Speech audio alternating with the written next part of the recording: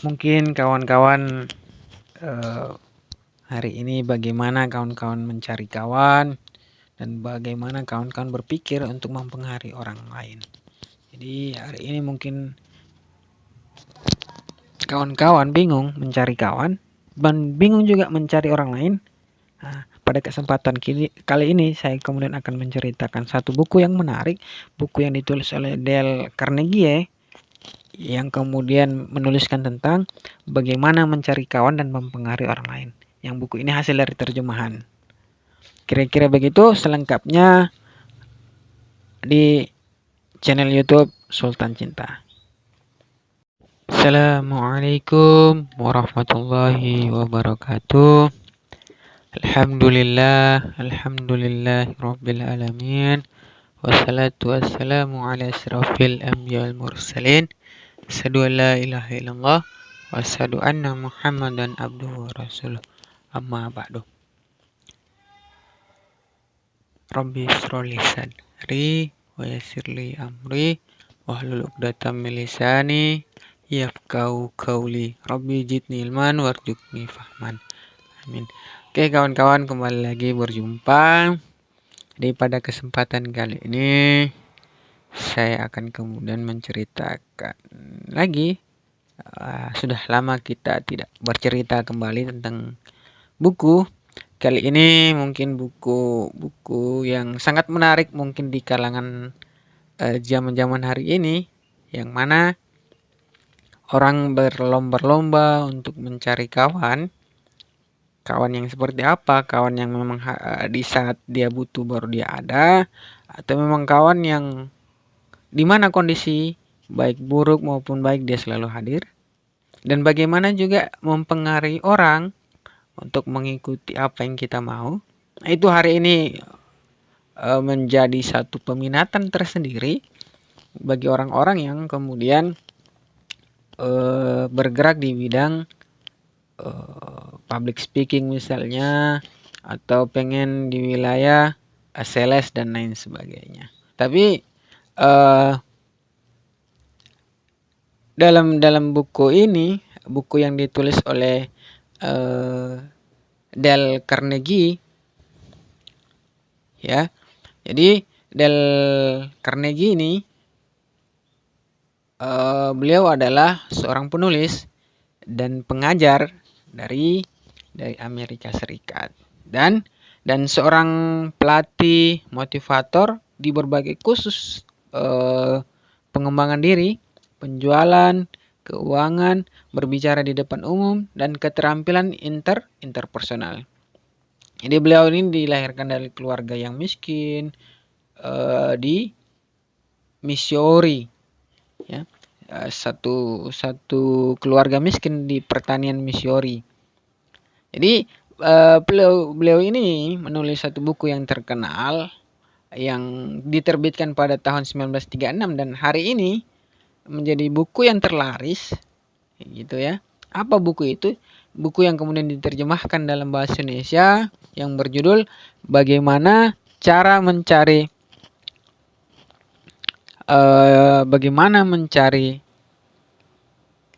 kawan dan mempengaruhi orang lain. Jadi sedikit saya menceritakan, buku ini ada sekitar 4 bab yang bagaimana beliau menceritakan bagaimana mencari kawan dan mempengaruhi orang lain. Beliau banyak kemudian menyampaikan prinsip-prinsip apa saja biar kita mampu mencari kawan dan bagaimana kita mempengaruhi orang lain. Oke, baik kawan-kawan. Jadi buku ini, buku bagaimana mencari kawan dan mempengaruhi orang lain ini merupakan hasil daripada pengalaman hidup orang yang punya kemauan besar untuk merubah, ya, punya kemauan besar untuk berubah, yang dulunya mungkin tidak punya apa-apa sampai punya apa-apa, yang pastinya melewati rintangan-rintangan yang berbeda itu kawan-kawan. Jadi buku ini hadir itu dari pengalaman pengalaman-pengalaman hidup, yang mana pengalaman hidup ini, yang pasti pengalaman hidup orang ya kawan-kawan, yaitu punya kemauan besar. Dari kemauan besar ini berubah sampai kepada yang awalnya tidak punya apa-apa sampai punya apa-apa, yang pastinya itu kawan-kawan pasti melewati rintangan-rintangan dan pernah jatuh kemudian bangkit, jatuh bangkit, jatuh dan bangkit lagi, kira-kira begitu.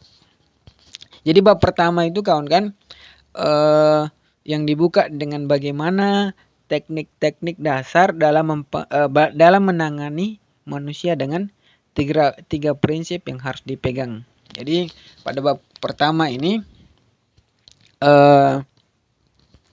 Carnegie ini kemudian mengawali dengan bab pertama dengan bagaimana teknik-teknik dasar dalam menangani manusia dengan tiga prinsip yang harus dipegang. Jadi kawan-kawan kalau pengen mencari kawan dan mempengaruhi orang lain, ada tiga prinsip pada bab pertama ini kawan-kawan. Yang pertama, prinsip pertama adalah jangan mengkritik, jangan mencerca, dan jangan mengeluh.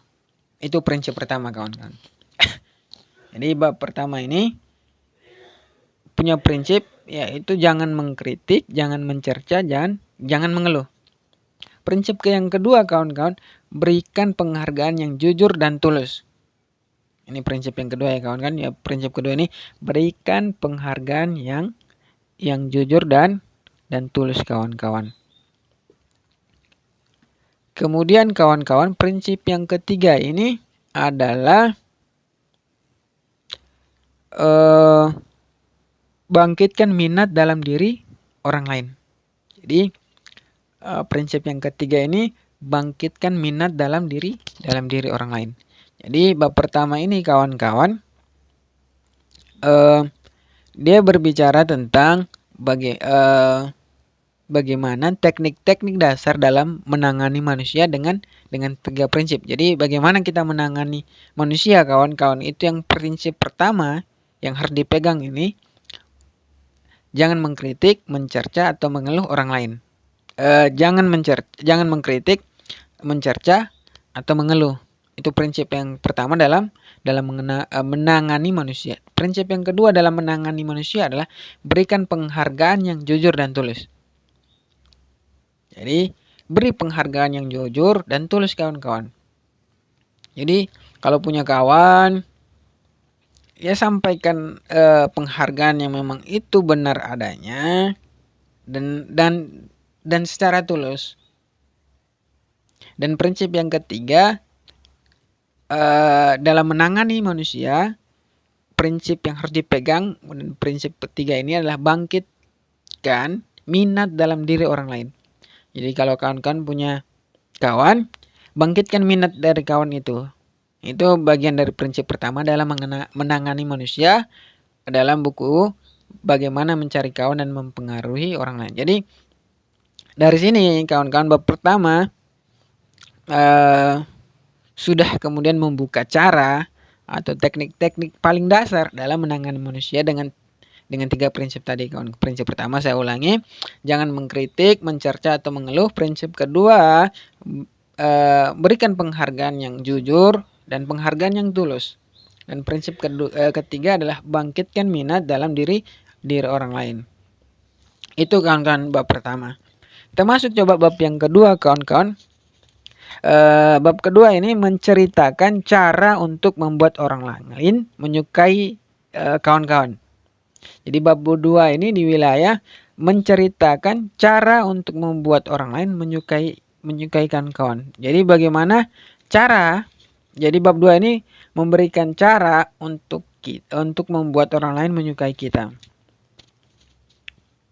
Jadi prinsip-prinsip pada bab 2 ini bagaimana orang itu tertarik sama kita kawan-kawan. Bagaimana kawan-kawan memberikan satu cerita yang bagaimana cerita itu bisa membuat orang lain menyukai kita. Jadi ada 6 prinsip pada bab 2 kawan-kawan.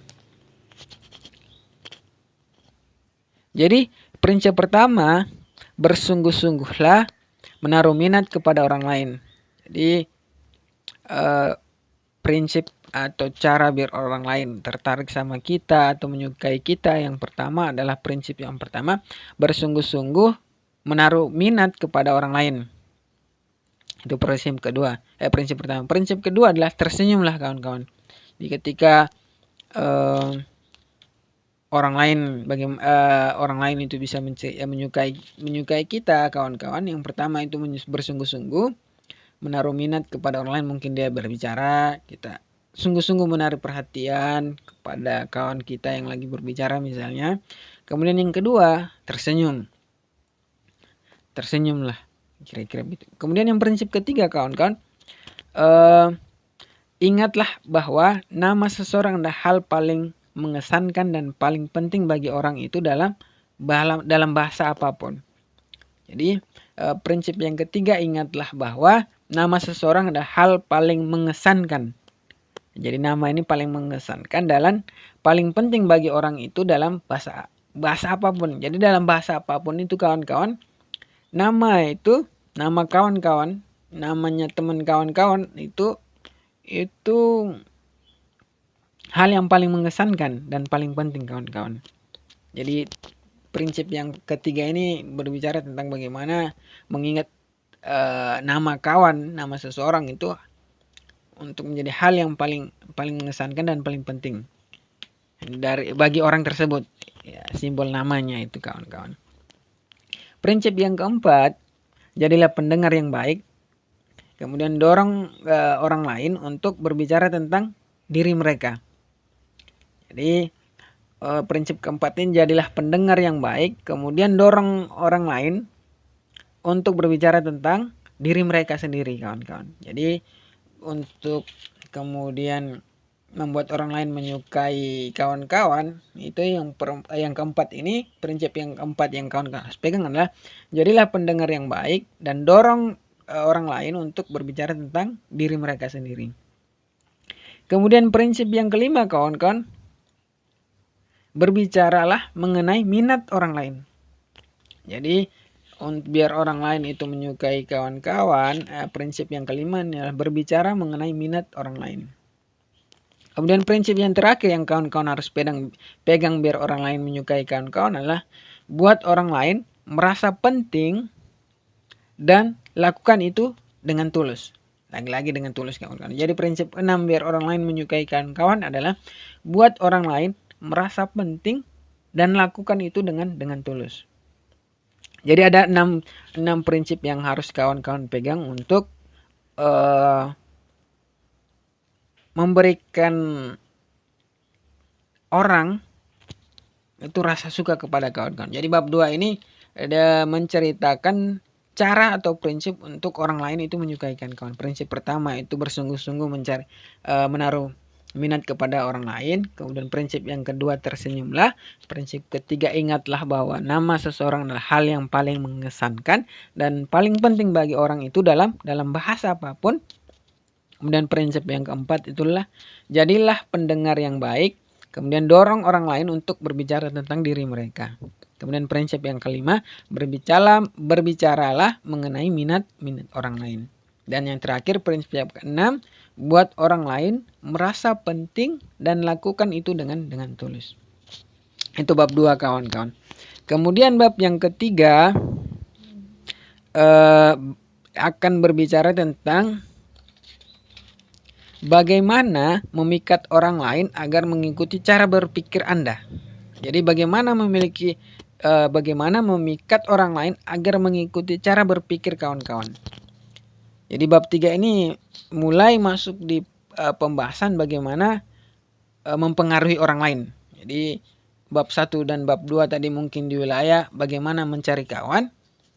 Kemudian bab ketiga ini sudah mulai bagaimana mempengaruhi orang lain. Jadi ada 12 cara atau prinsip yang digunakan dalam memikat orang lain agar mengikuti cara berpikir kawan-kawan. Yang prinsip yang pertama, satu-satunya cara memperoleh manfaat sepenuhnya dari perdebatan adalah menghindarinya. Ini kawan-kawan, menghindarinya. Jadi prinsip pertama, bagaimana memikat orang lain agar mengikuti cara berpikir kawan-kawan adalah prinsip yang pertama adalah satu-satunya cara memperoleh manfaat sepenuhnya dari perdebatan adalah menghindarinya. Jadi satu cara untuk memulai perdebatan atau memperoleh manfaat dari perdebatan itu menghindarinya. Bukan melanjutkan perdebatan, tapi menghindari perdebatan itu. Kemudian prinsip yang kedua daripada bagaimana memikat orang lain agar mengikuti cara berpikir kawan-kawan, yaitu prinsip kedua, tunjukkan penghargaan terhadap pendapat orang lain. Kemudian jangan pernah berkata Anda salah.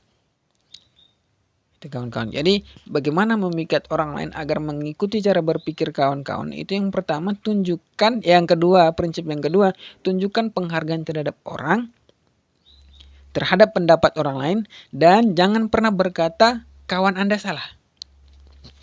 Itu kawan-kawan. Prinsip ini penting sekali. Bagaimana memikat orang lain agar mengikuti cara berpikir kawan-kawan. Itu prinsip yang kedua, yaitu tunjukkan penghargaan terhadap pendapat orang lain dan jangan pernah berkata kawan Anda salah atau Anda salah. Oke kawan-kawan. Prinsip yang ketiga, bagaimana memikat orang lain agar mengikuti cara berpikir kawan-kawan. Prinsip yang ketiga adalah jika Anda salah, akui dengan cepat dan simpatik. Jika kawan-kawan merasa salah, dan prinsip 3 ini, akui dengan cepat dan simpatik.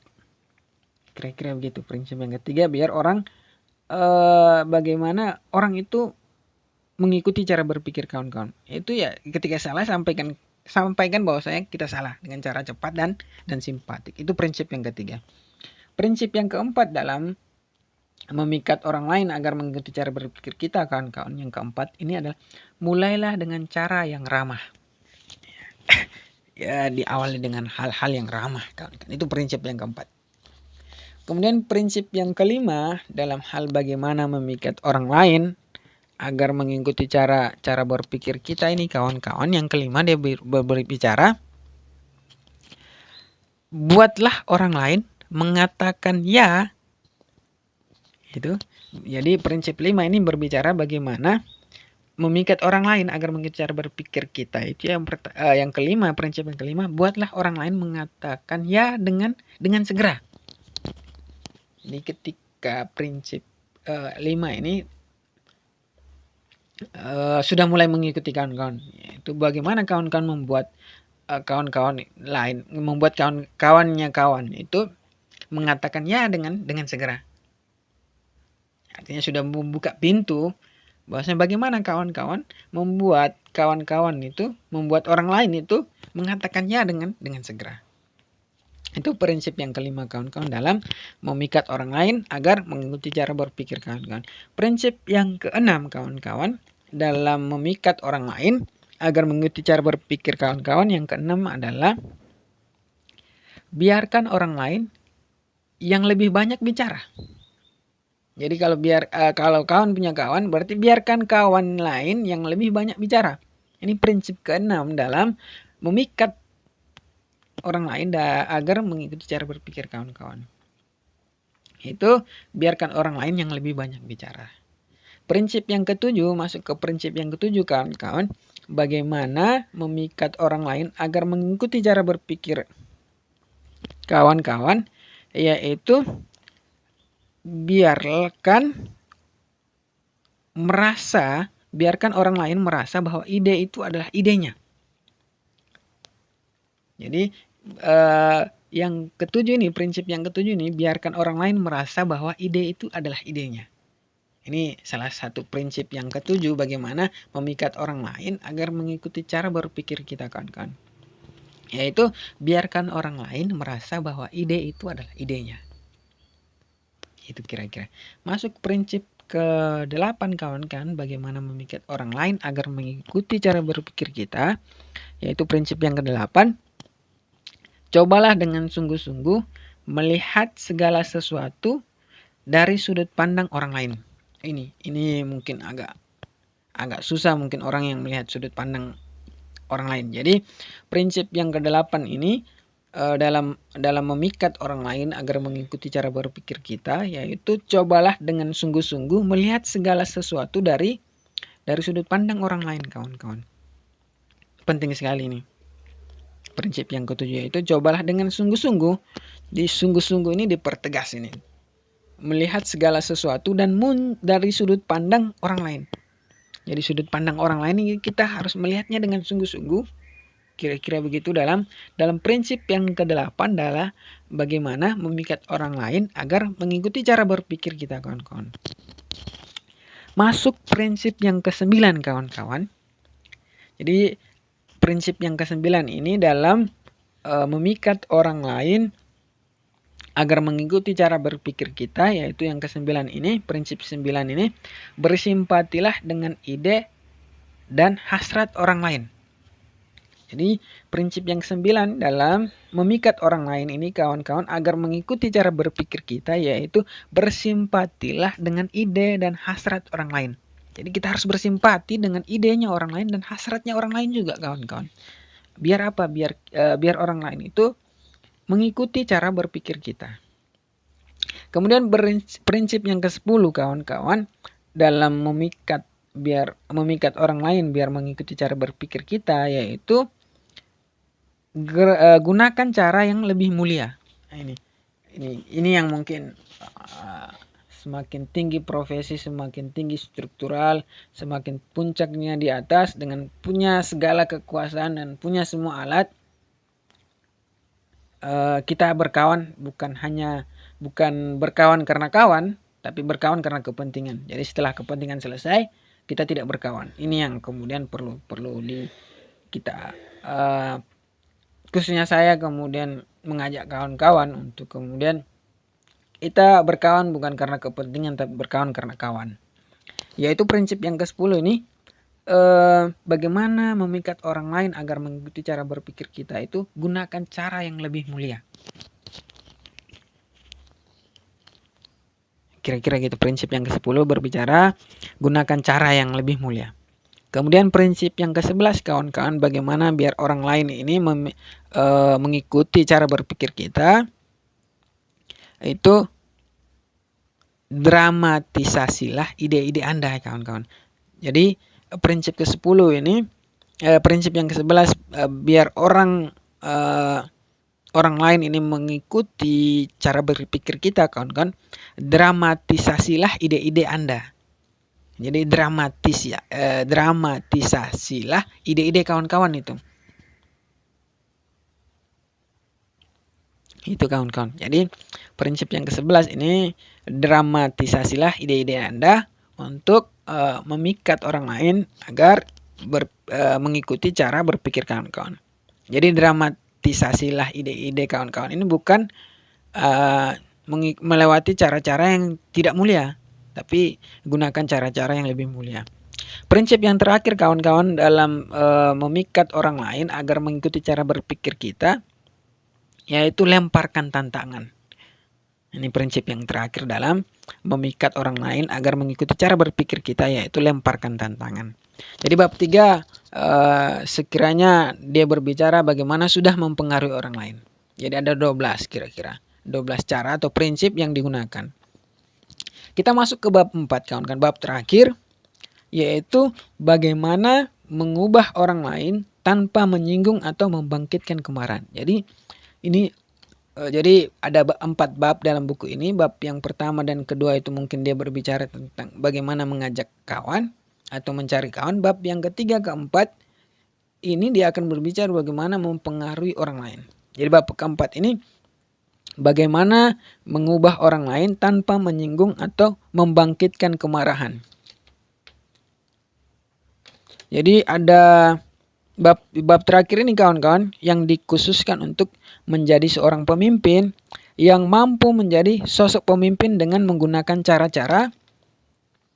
Kalau kawan-kawan pengen menjadi seorang pemimpin dan wajib sebagai pemimpin, karena kawan-kawan diciptakan sebagai pemimpin baik untuk diri sendiri, mungkin untuk keluarga, orang lain di sekitar, dan masyarakat banyak pada umumnya. Jadi bagaimana mengubah orang lain tanpa menyinggung atau membangkitkan kemarahan. Ada sekitar 9 prinsip yang kawan-kawan harus pakai, atau 9 prinsip yang diceritakan dalam buku ini, dalam buku dari Dale Carnegie ini, yaitu prinsip yang pertama, biar kita mengubah orang lain tanpa menyinggung dan membuat kemarahan atau membangkitkan kemarahan. Prinsip yang pertama, kawan-kawan, mulailah dengan pujian dan penghargaan yang jujur. Ini, jadi sampaikan dengan jujur. Itu dengan apa? Memulai dengan pujian dan penghargaan yang jujur, kawan-kawan. Jadi yang dipertegas di jujurnya. Jujur di wilayah mana? Di wilayah pujian dan penghargaan. Mulai kawan-kawan mengangkat kawan-kawan dengan hal yang jujur. Hari ini kan banyak yang kemudian berkawan, mempengaruhi orang lain, ya sampaikan bukan dengan kejujuran. Jadi mungkin karena kepentingan, ya dipuji-puji, kemudian padahal itu bertentangan dengan apa yang ada. Artinya hanya untuk menyenangkan sesaat, ya berbohong gitu, kira-kira begitu. Jadi kalau kawan-kawan pengen mengubah orang lain tanpa menyinggung atau membangkitkan kemarahan, ya mulailah dengan pujian dan penghargaan yang jujur. Itu prinsip yang pertama. Prinsip yang kedua, kawan-kawan, beritahu kesalahan orang lain dengan cara tidak langsung.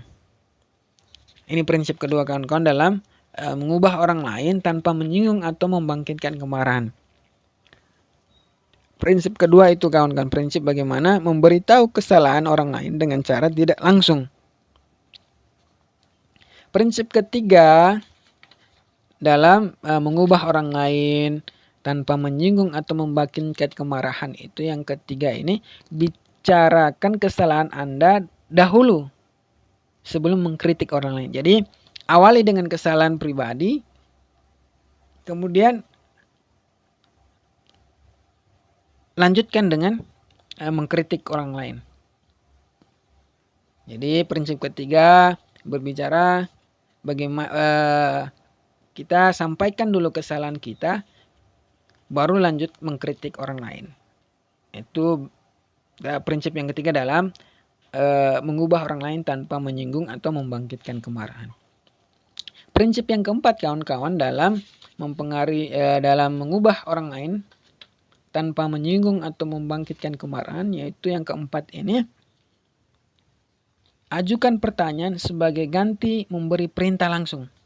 Jadi lewat pertanyaan kita ganti, ya. Jadi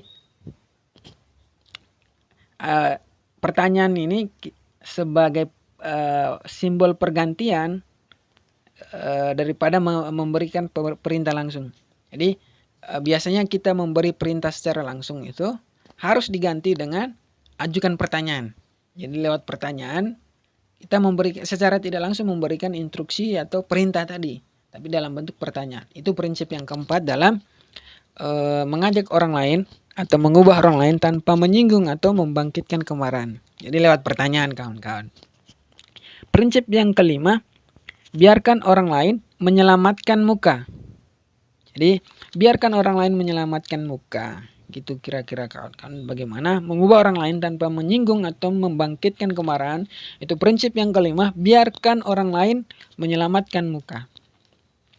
Kemudian, kawan-kawan, prinsip yang keenam adalah pujilah peningkatan, ya kan?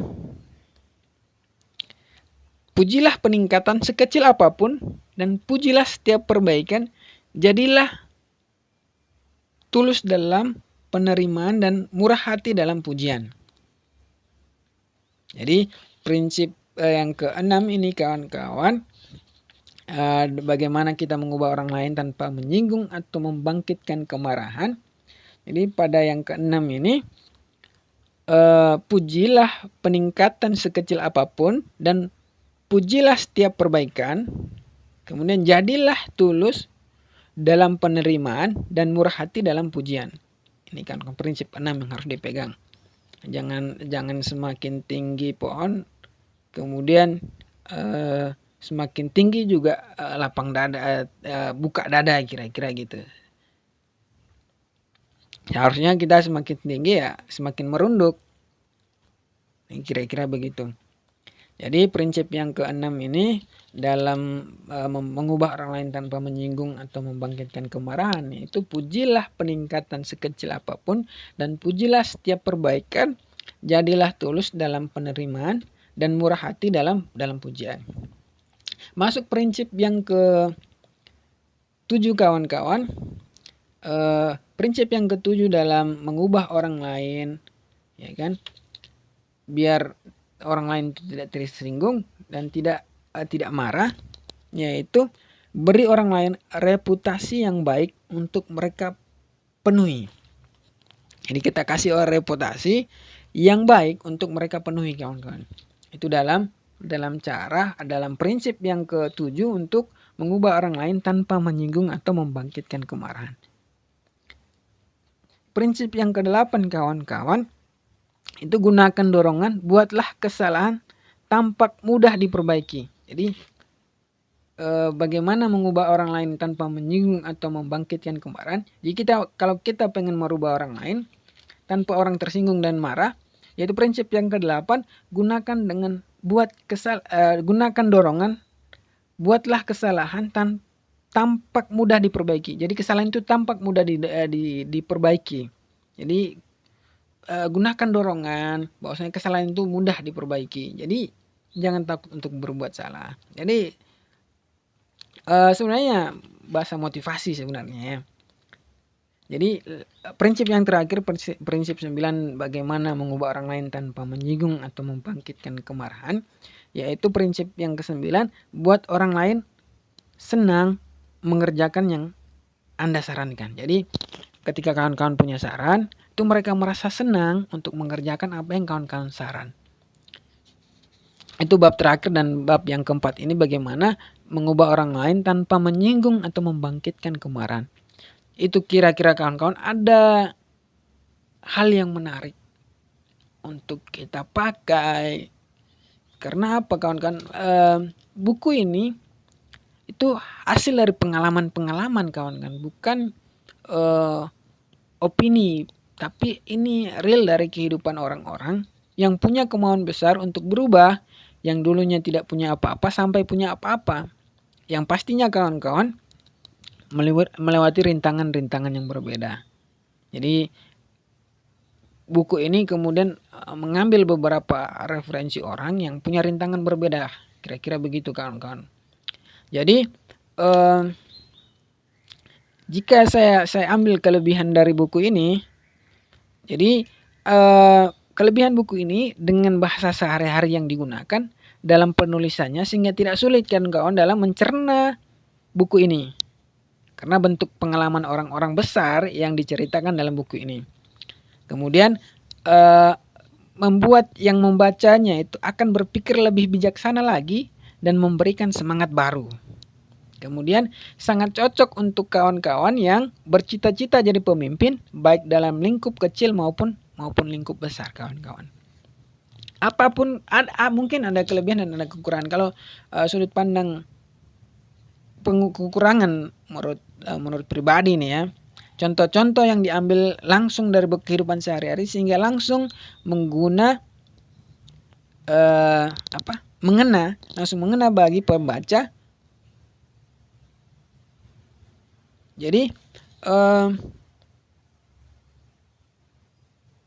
buku ini cocok karena rata-rata orang diambil itu banyak pengusaha. Jadi cocok untuk jadi wirausaha, manajer atau eksekutif. Jadi bukan kekurangan sebenarnya. Jadi tidak ada kekurangan dalam buku.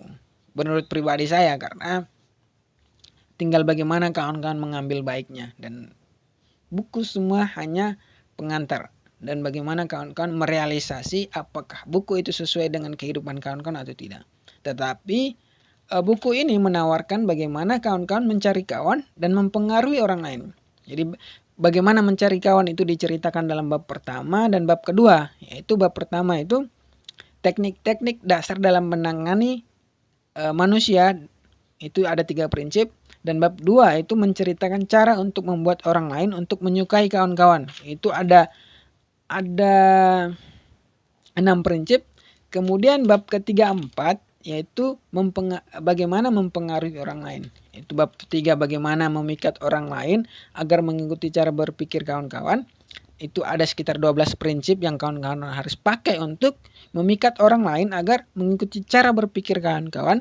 Dan bab yang keempat itu berbicara bagaimana mengubah orang lain tanpa menyinggung atau membangkitkan kemarahan orang lain. Itu ada 9 prinsip yang dipakai. Kira-kira itu kawan-kawan pada kesempatan kali ini. Semoga bermanfaat. Kurang dan lebihnya saya mohon maaf. Yang